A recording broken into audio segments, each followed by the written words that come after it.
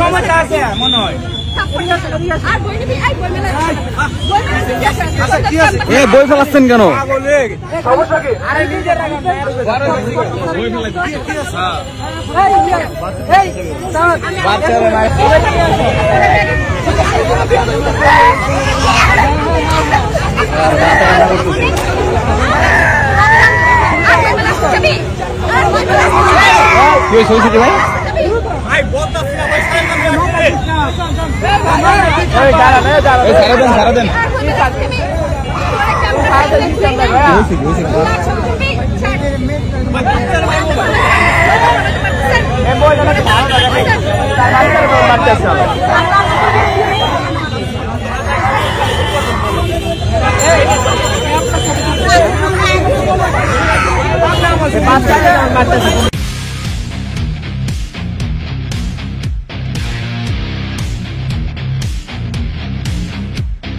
ভিডিওটা আপনাদের অনেকের দৃষ্টিগোচর হয়েছে হয়তোবা, প্রচুর শেয়ার হয়েছে, 17K হচ্ছে লাইক, প্রায় 4000 শেয়ার।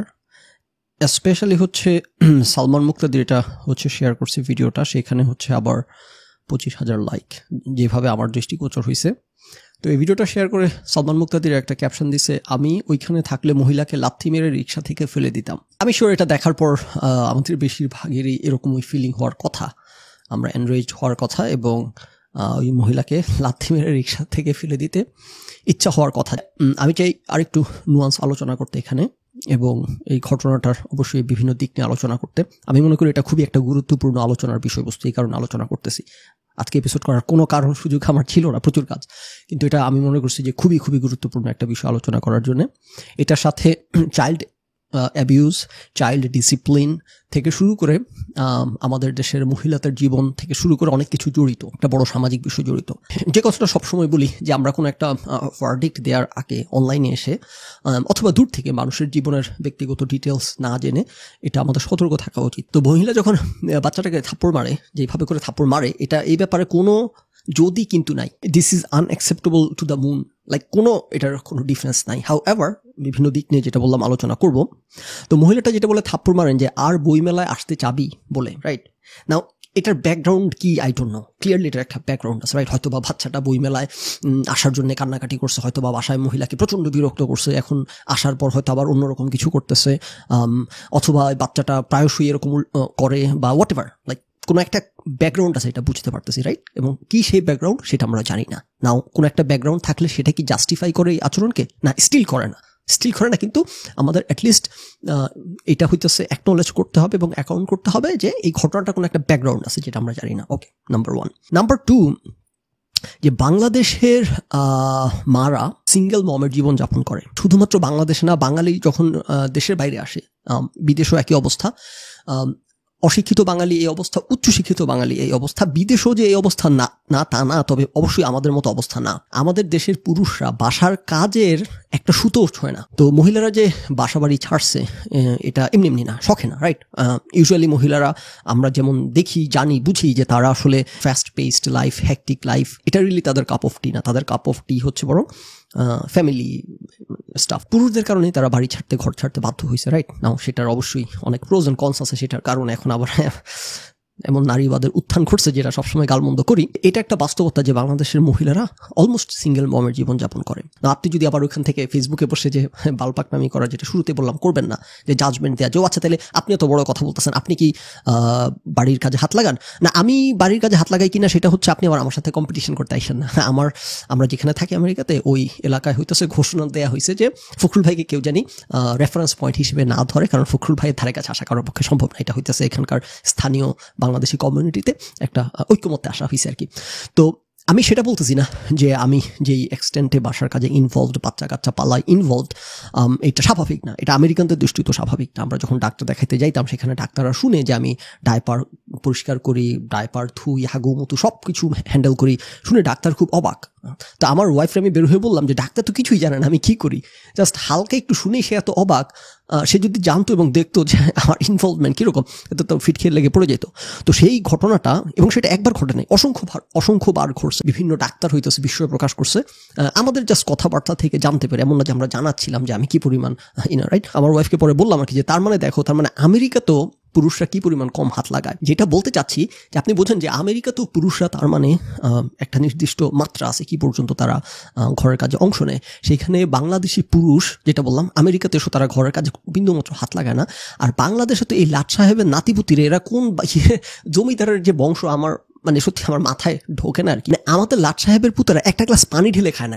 লিটারেলি আমাদের দেশের পুরুষরা একটা গ্লাস পানি ঢেলে খাবে না। এগুলো ঠ্যাঙের উপর ঠ্যাং তুলে হইতেছে টিভি দেখবে। তো আমি জানি এটা তো একটা মিনিমাম মানবিকতা, মিনিমাম লজ্জা, মিনিমাম খারাপ লাগা থাকা উচিত, কিন্তু নাই। এই জীবনটা আমরা যখন দেশের বাইরে থাকি, আমাদের দেশের বাইরের জীবন তো অনেক সহজ। একদিকে সহজ, একদিকে কঠিন। যেমন বাংলাদেশে যারা উচ্চবিত্ত বা উচ্চ মধ্যবিত্ত, তাদের ঘরে কাজের লোক থাকে, তারা ঠ্যাঙের উপর ঠ্যাং তুলে হইতেছে ভাবিদের সাথে গল্প করে সময় কাটায়। এটা একটা জীবন। যারা হইতেছে আমেরিকাতে আসলে বা বিদেশে আসলে খুব বিপদে পড়ে যায়, কাজের বেটি নাই, নিজের কাজ নিজেকে করতে হয়, তখন হইতেছে ফেসবুকের মধ্যে লম্বা লম্বা পোস্ট নামায়, যেগুলো নিয়ে বিভিন্ন সময় আলোচনা করছি। কত খারাপ, আপনাদেরকে ফেসবুকে লেখালেখি করে আলোচনা করছি। একজন ক্যানাডার এক ভাবি হইতেছে পোস্ট দিচ্ছেন যে বিদেশের জীবন কত কঠিন আমাদেরকে এই দেশে। হ্যাঁ ঠিক আছে, এই দেশে আমাদের ডিশ ওয়াশিং মেশিন আছে, আমাদের ড্রায়ার আছে, সকল কিছু আছে, কিন্তু ডিশ ওয়াশিং মেশিনে কাপড়টা তো আমাকে নিজ হাতে ঢুকাইতে হয়। বুঝছেন মহিলার কি পরিশ্রম, কি কষ্টের জীবন। ডিশ ওয়াশিং মেশিন আছে, ড্রায়ার আছে, তারপর কি জানি বলে আপনার মানে লন্ড্রি মেশিন আছে, তারপর আপনার মাইক্রোওয়েভ ওভেন আছে, তারপর পানি হইতেছে গরম পানি, ঠান্ডা, সকল কিছু হাতের কাছে, সকল কিছু রেডিমেড, কিন্তু টেপটা তো অন করতে হয়। কষ্টটা বুঝেন, টেপটা তো অন করতে হয়। যাও, এইসব তামাশা দেখি আর কি চারপাশে। আর যে এরা যে আল্লাহ, মানে এদের আশা আমি বুঝি না, কিছু মানুষের আমি আশা বুঝি না যে এরা দুনিয়াতে আসছে কি কাজে। মানে তোরা যদি নিজেরটা করেও না খাইতে পারিস, তোদেরটা আরেকজন করে খাওয়াইতে হবে। তোরা কি পেট থেকে আসার সময় হাতে করে একটা কাজের বিটি নিয়ে আসছিলি? আল্লাহ কি তোদেরকে একটা কাজের বিটি অ্যাসাইন করছে যে দুনিয়াতে যাওয়ার পর তোর কাজ তুই করবি না, তোর কাজ কাজের বিটি করে দিবে? সেটা অন্য আলোচনা। কথা হচ্ছে আমরা কেউ পৃথিবীতে আমরা একা আসছি, আমাদের কাজ নিজেরা নিজে করতে আসছি, কাজের বিটি নিয়ে আসি নাই। এবং কি জানি বলে বিয়ে করে বউ নিয়ে আসি নাই। মারপেট থেকে যখন আসছি একাই আসছি, একটা বউ সাথে করে নিয়ে আসে নাই যে আমার কাজের বেটির ভূমিকা পালন করবে। রাইট, সেই বিষয়ে দুঃখ খেদ করে লাভ নাই, এটাই পৃথিবী। তো আমি যেটা বলতেছি যে এই জীবনটা থাকার পরও বিদেশে একটা মা হইতেছে বাচ্চা কাচ্চা পালা, তারপর বাচ্চা কাচ্চার যে বলে বেবি ব্লু, তারপর ডিপ্রেশনের মধ্য দিয়ে যায়। অনেক মা বাচ্চাকে মেরে ফেলে, এরকম অনেক ঘটনা আছে। বাচ্চা হওয়ার পর বাচ্চাকে খুন করছে মা, সিম্পলি ডিপ্রেশনের কারণে, এবং ওই পিরিয়ডটাকে বোধ হয় বেবি ব্লু বলা, হোয়াট এভার। তো এটা একটা সিরিয়াস অবস্থা। এবং বাচ্চা পালা যে কি পরিমাণ ট্রেনিং এক্সপিরিয়েন্স, এটা আমাদের দেশের পুরুষের মতো জানেও না। কারণ একটা মা বাচ্চাকে দুধ খাওয়ায়, সারা রাত ঘুমাইতে পারে না, সারা রাত জেগে থাকে, সারাদিন এই বাচ্চাগুলো জ্বালা যন্ত্রণা করতে থাকে না। অবশ্যই আমার আলোচনাটা অনেক লম্বা হচ্ছে এবং অবশ্যই অনেক গুরুত্বপূর্ণ অ্যাসপেক্ট বিধেয় লম্বা করতেছি, যে বাচ্চা পালাটা কিন্তু কঠিন, আবার কঠিন না। আমরা যে পরিমাণ কঠিন করি বাচ্চা পালাটা আবার এতটা কঠিন না। বাচ্চা হইতেছে কাঁদামাটির মতো, লিটারেলি। এটা আমরা শুনছি অনেক, কিন্তু আমরা এটা অ্যাপ্রিসিয়েট করি না কথাটার গুরুত্ব। বাচ্চা হচ্ছে লিটারেলি লাইক এ লিকুইড। তাকে যেই পাত্র রাখবেন সেই পাত্রের আকার ধারণ করবে। এই বাচ্চাগুলোকে নষ্ট করে বাবা মারা। এবং এই গালাগালি করবো, আচ্ছা, এই অ্যাসহোলগুলা আমি যখন দেখি যে বাচ্চার উপর দোষারোপ চাপা, একটা ছোট বাচ্চা, যে এই বাচ্চার মনে করেন আপনি কোনো একটা বাসায় গেছে, সেই বাচ্চাটা গিয়ে উদ্ভ্রান্তের মতো আচরণ করতেছে, বাবা আমার মুখ রক্ষা হচ্ছে না, লজ্জায় মাথা হেঁট হয়ে যাচ্ছে, তখন ভাই তুমি এমন করতেছো কোনো কি ব্যাপার, কোত্থেকে যে বাচ্চাটা এগুলো করা শিখলো? আমার ইচ্ছা করে জুতাটা খুলে ঠাটায় গালের মধ্যে দুইটা মারি জায়গার মধ্যে দেরকে। যে আপনাদের লজ্জা লাগে না? আপনি একটা ছোট বাচ্চা, একটা 2 বছর 3 বছর বাচ্চা, 1 বছর 1.5 বছর 5 বছর বাচ্চার উপর আপনি দায় চাপাই দিচ্ছেন। বাচ্চাটা এমন করতেছে কেন? কারণ আপনি তাকে শাসন করেন নাই, আপনি তাকে ঢাক দেন নাই। বাংলাদেশের বেশিরভাগ বাচ্চা যে উন্মত্তের মতো আচরণ করে, এগুলার কোনো ডাক দোহাই কিচ্ছু, কোনো প্যারেন্টিং এর পিও নাই আমাদের দেশে। দুদিন আগে আমরা একটা আফগানি রেস্টুরেন্টে গেছিলাম, আফগানিস্তানের। তো সেখানে আমার বাচ্চারা খেলতেছে এবং কোনো কিছু টাচ করতেছে না। এগেন আমি আমার উদাহরণ দিচ্ছি, একটু খারাপ শোনাচ্ছে, কিন্তু আমি চেষ্টা করি আমার মতো করে করার, এই কারণে উদাহরণ দিচ্ছি। এবং আমি মনে করি এটা খুব সিরিয়াস আলোচনার জিনিস, এই কারণে একটু ডিস্টেস্টফুল হয়ে যাচ্ছে। বাট এগেন আমি আমার মতো করে চেষ্টা করি এবং আমি প্রাউডলি দাবি করতে পারি, এগেন আপনি আমার এখানে আমরা যারা থাকি আশেপাশে কথা বলতে সবাই আমাকে আইডল হিসেবে জানতো, মানতো, আমার বাচ্চাদেরকেও। কিন্তু এটা আমার একটা দুঃখ আছে, আমি যতটা চাই, যতটা পারা উচিত ছিল ততটা পারি না। রাইট, কারণ আমি তো আর একা না, আমার ফ্যামিলি, আমার ওয়াইফেরও সাপোর্ট লাগে, এবং আমি যেরকম এরকম করে এক্সপেক্ট করাটা একটু বেশি হয়ে যায়। যাই হোক, আমার ওয়াইফের আমার সাথে মানায় নিতে তারও কষ্ট হয় আর কি। যেটা বলতে চাচ্ছি যে আচ্ছা, তো সেই ভদ্রলোক বলতেছিলেন যে কি সুন্দর তোমার বাচ্চা কোনো কিছু টাচ করতেছে না, আবার কোনো কিছু টাচ করতে গেলে তুমি না করতেছো, তোমার কথাও শুনতেছে। এবং এটা অ্যাকচুয়ালি আমাদের এখানে আমার ছোট ভাই এরকম বাংলাদেশ, ওরা বলতেছিল যে আপনার বাচ্চা কাচ্চারা আপনার কথা শুনে আপনি ডাক দিলে ভয় পায়, মানে তারা এটা নিয়ে অবাক, তাদের বাচ্চা কাচ্চা কথা শুনে না। নাও ইয়েস, কিছু বাচ্চা আছে যে একটু বেশি দুষ্টু, যেমন আমার 2টা বাচ্চাই, একটা একটু বেশি দুষ্টু, একটা একটু কম দুষ্টু, কিন্তু স্টিল আপনি যদি বাচ্চাদেরকে প্রপারলি ম্যানেজ করেন তারা অলমোস্ট ম্যানেজেবল। এই বাচ্চাগুলোকে বাবা মা হাতে ধরে নষ্ট করে, বিন্দু মাত্র শাসন বারণ কিচ্ছু করে না। প্যারেন্টিং নিয়ে আপনারা জানেন অনলাইনে একটা কামড়াকামড়ি আছে যে কিভাবে রাইট প্যারেন্টিং, রং প্যারেন্টিং, এটা বললে আবার অনেকে ফেসবুকে এসে চলে আসবে যে কোনো there is no right wrong parenting. না, yes there is, there fucking is. অবশ্যই রাইট প্যারেন্টিং, রং প্যারেন্টিং আছে। বাচ্চাগুলোর ভবিষ্যৎ জীবনোত্তরের গুহা মেরে দিয়ে তারপরে there is no wrong parenting, right? স্টুপিডগুলো। আমি যেটা বলতে চাচ্ছি, বাংলাদেশের এই মানুষরা, এই মারা যে একটা কঠিন জীবন মধ্য দিয়ে যায় বাচ্চা কাচ্চা নিয়ে, এবং যেই কথাটা বলতে গিয়ে এতগুলো কথা বললাম যে আমাদের জীবন এত কঠিন হওয়া উচিত না। এই দেশের বাচ্চা কাচ্চাদেরকে আমরা তো 8 বছর পর্যন্ত পিছন পিছন দৌড়ে দৌড়ে খাওয়ানো লাগে, কোলে নিয়ে ঘুম পাড়ানো লাগে। এই দেশের বাচ্চারা নিজে নিজে খায়, নিজে নিজে ঘুমায়। রেস্টুরেন্টে গেলে দেখবেন এত ছোট বাচ্চা কি সুন্দর ফুড চেয়ারে বসে নিজে নিজে হাত দিয়ে খাইতেছে। তাতে তো এই বাড়তি পরিশ্রম। একটা বাচ্চা পালার সবচেয়ে বড় চ্যালেঞ্জ হইতেছে এই খাওয়ানো।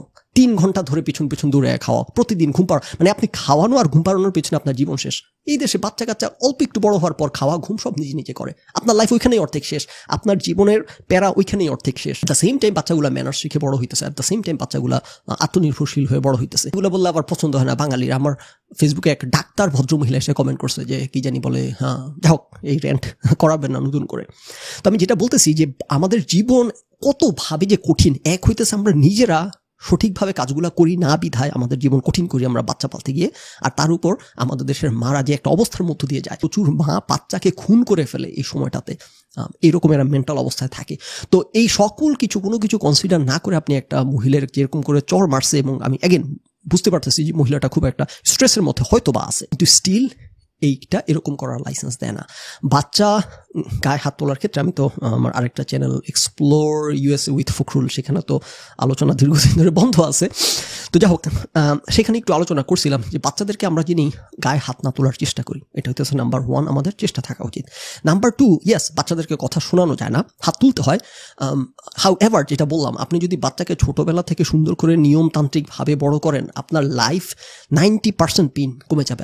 আপনার বাচ্চার গায়ে হাতও তুলতে হবে না, বাচ্চার সাথে এরকম করতেও হবে না, আপনি এরকম মেজাজও খিটখিটে থাকবে না, আপনার এরকম সারাদিন বাচ্চার খাওয়া ঘুম কথা শোনে না, কোনো কিছু মানে উন্মাদের মতো আচরণ করে, কোনো কিছু ডিল করতে হবে না। আপনি যদি জাস্ট সঠিক সময়ে একটু টাইম এন্ড এনার্জি ব্যয় করেন, একটু যদি, যাই হোক, এগুলার এখন অনলাইনের দুনিয়া এগুলার ম্যাটেরিয়াল ভর্তি, রাইট? তো মুখে তো কোনো অবস্থাতেই মারা যাবে না, কোমরের উপরেই হাত তোলা যাবে না, আর মুখে ইম্পসিবল, মুখে কোনোভাবেই মারা যাবে না। ভদ্রমহিলা যেভাবে করে থাপ্পড়টা মারলেন, এই বাচ্চাটার ব্রেন হ্যামরেজ হইতে পারে, বাচ্চাটার ব্রেনে ক্ষতি হতে পারে, বাচ্চাটার যে কোনো ধরনের ক্ষতি হতে পারে, বাচ্চাটা এখানে জায়গায় পুরো মরে যেতে পারতো। একটা ব্যাপার হচ্ছে, বাংলাদেশের মানুষ কিন্তু এগুলা সম্পর্কে অ্যাওয়ারই না। এই যে মহিলাটা এভাবে করে থাপ্পড় মারলো, উনি আশেপাশে সবাইকে দেখেই টিপের, উনি বড় হয়েছে হয়তো এই পরিবেশে, গালে মুখে মাথায় সমানে থাপ্পড় মারতেছে বাবা মা, উনি এগুলা দেখে বড় হয়েছে, উনি আশেপাশে এগুলা দেখে, লাইক ওনার কাছে ডিডেন্ট স্ট্যান্ড আউট। তো যেটা বলতেছিলাম যে বাচ্চাকে কোনো অবস্থাতেই কোমরের উপর, মুখে তো প্রশ্নই ওঠে না, কোমরের উপর হাত তোলা যাবে না। মানে একটা বাবা মা তো অবশ্যই বাচ্চার সবচেয়ে বেশি ভালো চায় এবং সবচেয়ে বেশি ভালোবাসে, কিন্তু এরা এমন একটা গান্ডু পরিবেশে এরা বেড়ে ওঠে যে শিক্ষা দীক্ষার অভাব, সঠিক শিক্ষার অভাব, এবং যেটা বললাম যে চারপাশের যে একটা কৃত্রিম সংকট তৈরি করে রাখে বিভিন্নভাবে মানুষের জীবনে, এরকম আচরণ করে ফেলে। আমাদের সর্বোচ্চ চেষ্টা থাকা উচিত এরকম আচরণ না করার। আমি যে কথাটা বললাম, আমি জাজমেন্ট চাপাই দিতে চাই না। আমরা দেশের বাইরে আছি, দেশের বাইরে জীবন অনেক সহজ, আবার অনেক দিক থেকে কঠিন। এগেন, সব কাজ নিজেকে করতে হয়। নাও এই মহিলা যেই ধরনের মানুষ, ওনারা কাজের মানুষ রাখলেও এমন না যে কাজের মানুষ সব হয়তো রান্নাটা করে দিয়ে যায়, স্টিল কিন্তু অনেক কাজ নিজেকে করতে হয়। তো আমরা এখানে যে আরামের জীবনে থাকি, লাইক রিলেটিভলি অবশ্যই স্পিকিং, নিজের কাজ নিজেকে করতে হয়, এগুলো নিয়ে আমি কোনো কমপ্লেন করতে চাই না, রায় চাপাইতে চাচ্ছি না। কিন্তু আমি যেভাবে আমার বাচ্চা কাচ্চা ম্যানেজ করি সেটা যদি একটু বলি, আমি যদি কখনো বা বাচ্চাদেরকে মারি, স্পেশালি খাওয়া নিয়ে ঝামেলা করলে, এবং খাওয়া নিয়ে ঝামেলা করার কথা না, আগেন আমি যেভাবে ম্যানেজ করতে পারি, বা লাইক আমার ওয়াইফ নেসারলি ততটা না, রাইট? সো সেটা হইলে লাইফ আরও অনেক সহজ হইতো। তো খাওয়ার মধ্যে যখন যদি বাচ্চাদেরকে মারি, আমি সবসময় বাচ্চাদের পায়ের তালুতে মারি, খালি হাতে, পায়ের তালুতে খালি হাতে থাপ্পড় দিই, এবং খালি হাতে থাপ্পড় দিই জানি আমি ওজনটা বুঝি। কখনো নেভার এভার আমি কোনো টুল ইউজ করি, এবং আমি আপনাদেরকে রিকোয়েস্ট করবো, আমার অভিজ্ঞতা থেকে বলবো না, আমার বুঝ থেকে, যে কখনো টুল ইউজ করবেন না। টুল ইউজ করলে ওজন বোঝা যায় না। খালি হাতে মারলে তো আপনি নিজে হাতে একটা ব্যথা লাগে না, আপনি তো বুঝতেছেন ইম্প্যাক্টটা। তো টুল দিয়ে মারলে তো আপনি টের পাচ্ছেন না আপনি মানে কত দূরে মারলেন, সে কতটুকু ব্যথা পাইলো। আমি ইউজুয়ালি বাচ্চাদেরকে মারি না, এবং যখন মারি তখন ভালো মতো মাইট দিই ইন দ্যাট জানি তারা মায়ের ওজনটা বোঝে, যে মানে জানি এটা নষ্ট না হয়। আমি এটা আমার ওয়াইফকে বলি যে শাসন করলে করবা, না করলে করবা না, কিন্তু নষ্ট করবা না শাসনটাকে, ধমক দেওয়াটাকে নর্মালাইজ করবা না, মাইটটাকে নর্মালাইজ করবা না, তাইলে জানি ধমক মাইটটাকে সে আর পাতনা না দেয়, এমন জানি না হয়। সো আমার বাচ্চারা জানে আমি মারবো না, কিন্তু মারলে কিন্তু ব্যথা দিয়ে মারবো, সেটা তারা জানে। এই কারণে এরা ড্যাডির মাইরকে ভয় পায়। সো আমি যখন পায়ে মারি ব্যথা দিয়ে মারি, কিন্তু পায়ের তালু ছাড়া কখনোই মারি না। হাইয়েস্ট হইতেছে হাঁটুর নিচে পায়, হাইয়েস্ট। পাছাতেও কখনো মারি না, অলমোস্ট নেভার, অলমোস্ট। আর যদি বা কখনো মারি কাপড়ের উপরে মারার চেষ্টা করি। আমার এমনও হয় আমার বাচ্চা হইতেছে কোনো উল্টাপাল্টা কাজ করছে, মাইর দিতে হবে, এখন মায়ের পাওনা হয়ে আছে, অনেকদিন ধরে ওয়ার্নিং দেওয়া হয়েছে, এখন মায়ের পাওনা, সে পরনি কিছু নাই। আমি তাকে আগে ড্রেস পরাই, ড্রেস পরো, এবং সে জানে যে ড্রেস পরাচ্ছি কারণ মাইক দিব, কারণ খালি গায়ে মারলে ব্যথা বেশি পাবে। ড্রেস পরাই, ড্রেস পরে তারপর মাইক দিই, এবং মাইক দেওয়ার পর বুকি নিয়ে আবার আদর করে দিই। তারাও আবার মাইক দেওয়ার পর এসে বলে যে হাক করো আমাকে। এখন মাইক দিছি, মাইক দেওয়ার পর আসে জড়াই ধরে যে হাক চায়। হ্যাঁ, তো তারা জানে যে আমি তাদেরকে মারতেছি শাসন করার জন্য। এখন আমি বলতে চাই না আমার এটা বিশ্বসেরা প্যারেন্টিং, কিন্তু আমি বলতেছি আমি মাইন্ডফুল থাকার চেষ্টা করি, এবং আমি মনে করি এতটুকু করতে পারা উচিত। নাও আমরা যে আলোচনা করলাম যে ভদ্রমহিলার যদি বা এমন হয়েও থাকে, যে উনি একটা মানে যদি বা এমন হয়ে থাকেন, এটা বোঝাই যায়, বলাই যাচ্ছে যে ভদ্রমহিলা খুবই একটা ভালনারেবল, মানসিক একটা জ্বালা যন্ত্রণা, একটা খুবই কঠিন সময়ের মধ্যে বাচ্চা কাচ্চা নিয়ে পার হচ্ছেন, বিধায় উনি ধৈর্য হারায় এইভাবে করে করছেন। নাও এই যে ধৈর্য হারায় উনি এইভাবে করে করলেন, এটার জন্য উনি শাস্তিযোগ্য অপরাধ হয়েছে কিনা বা শাস্তি দেওয়া উচিত কিনা, অবশ্যই ওনাকে শাস্তি দেওয়া উচিত। যদিও ওনার পরিস্থিতি পরিবেশ আমরা বোঝার চেষ্টা করলাম, অ্যাকনোলেজ করার চেষ্টা করলাম, সমব্যথী হইলাম, বাট দ্যাট ডাজন্ট অ্যাবজলভ হার। এই যে একটা কথা বলে যে দণ্ডিতের সাথে দণ্ডদাতা কাঁধে যবে সমান আঘাতে সর্বশ্রেষ্ঠ সে বিচার, রাইট? ওনার শাস্তি দিব, ওনার জন্য দুঃখ আছে, আমার মনে কষ্ট আছে, কিন্তু ওনাকে শাস্তি দিতে হবে দৃষ্টান্ত স্থাপন করার জন্য এবং ওনাকে সতর্ক করার জন্য। এবং আমেরিকার আইন নিয়ে যদি কথা বলি, এখন ডিটেলস লম্বা হয়ে গেছে, ডিটেলস আলোচনা যদি না ঢুকি, যে আমেরিকাতে বাচ্চা কাচ্চাকে মারা হইতেছে অ্যালাউড, বাবা মা। নাও সেখানে বলা আছে যে মায়ের পিছনে জাস্টিফিকেশনটা রিজনেবল হইতে হবে এন্ড স্টাফ, যেটা 2 দিন আগে ফেসবুকে লিখছি, যে আইনের ভাষাগুলো সাধারণত এমন হয় যে রিজনেবল কিনা, একটা রিজনেবল মানুষ জিনিসটাকে অ্যাকসেপ্ট করবে কিনা, কাজটা রিজনেবল হয়েছে কিনা, বেসিক্যালি একটা অ্যাবস্ট্রাক্ট কনসেপ্ট, এটার কোনো ধরা বাঁধা নিয়ম নাই। সো বেসিক্যালি জাজ ওনার জাজমেন্ট ইউজ করবেন আর কি। সো এখানে বাচ্চাকে মারা যাবে, তবে এটা রিজনেবল হইতে হবে, এবং কোন সময়ে কত বয়সে শরীরে কোথায়, অনেক স্টেটে আছে যে কোমর উপর মারা যাবে না, এরকম অনেক স্টেটে ক্লিয়ারলি ডিফাইন না। তো যাই হোক, আমেরিকার কথা বাদ দিয়ে বাংলাদেশে আমি শিওর নিয়ম কানুন, আইন কানুন কিছু না কিছু তো হয়তো আছে, যদি না থাকে তাহলে করতে হবে। আর এই ভদ্র মহিলা কিছুটাও হইল শাস্তির মাত্রায় মানে আওতায় আনতে হবে। এখন সারা বাংলাদেশে সবাই এগুলা করে, হঠাৎ করে মহিলাকে ধরে, যেটা বাংলাদেশকে নিয়ে বলি যে কোনো আইন নাই কানুন নেই, হঠাৎ করে একজনের উপর ধরপাকড় শুরু করে। সো মানুষ জানে যে এটা একটা আরবিটারি আইনের প্রয়োগ, মানুষ কোনো বাল দিয়েও আইনকে পাত্তা দেয় না।